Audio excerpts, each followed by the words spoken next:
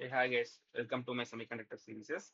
So in this lecture, we are going to mainly focus on how the conduction process is happening in semiconductor. So that we will be knowing that there will be current production and there is electron movement which is causing that. Let's see how the electron is transitioning from the valence band to conduction, how the process is happening.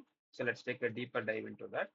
So let's assume the energy band. So here there is a number of states, right? Let's take some n number of valence band is here. So this is like a group of thing, right? So and many molecules or many atoms will be interacting. So let's take some repeated structure of valence band and conduction band. So conduction band will be at the top.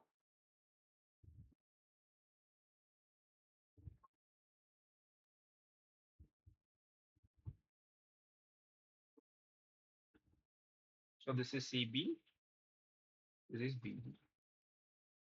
So let's take that we are applying an external electrical force also. Like we are connected a battery here. Like this is an battery connection to the pillow side. So let's take a simple battery is connected.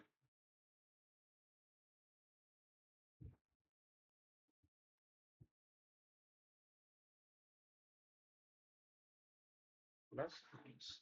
So here there is my number of electrons is present in the valence band. So here let's take the temperature which is equal to 0 Kelvin. So due to this applied external battery, there will be an electric field which will be opposite to that of this direction. Or from the positive to negative, it will go. The electric field direction will be in this direction, electric field direction. Then as the temperature is equal to 0 Kelvin, so there won't be any transition happening because there is this electron won't get that much electron to jump out and produce the electricity.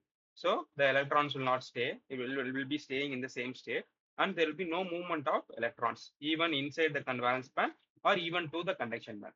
So the net current flow will be zero. So there is no current movement or electron movement which will produce the electricity. So let's take another one scenario.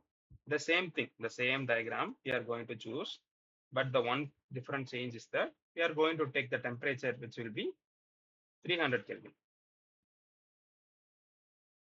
So here that is, but one different change is that T is equal to 300 Kelvin.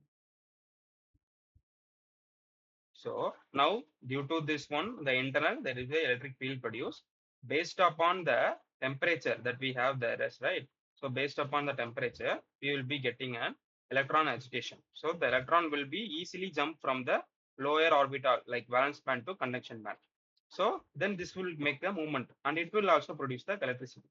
So there will be even from battery, there will be electron agitation and that will flow and that will also contribute an electricity. So the I net will be I1 plus I2. The I1 will be the internal current which is produced inside the valence band, and I2 will be the external current, like that electron jumping from valence band to conduction band because of the temperature high. The electron will gain more energy and it will be jumping to the valence band. So the net current will be more. So this is how the electricity is produced in semiconductor based on the different scenarios. So ideally what we now understand is that when T which is equal to 0 Kelvin, the semiconductor acts as an insulator. So this is an important point. So semiconductor, even at 0 Kelvin, the semiconductor will act as insulator. So last diagram is the proof for that.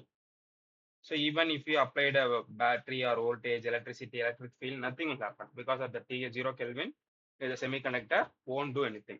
Here we are purely depending on semiconductor. We haven't started the doping. So doping is not in this scenario. So no doping.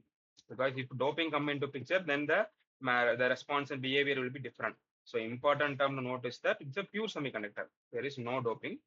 Okay, so in the later lecture, we will be considering the doping and what is intrinsic, what is extrinsic semiconductor, everything detail we are going to learn. So if you guys have any doubt, please post in the comment section. Like, share, and subscribe the channel. Thanks. Let's meet in the next upcoming lectures.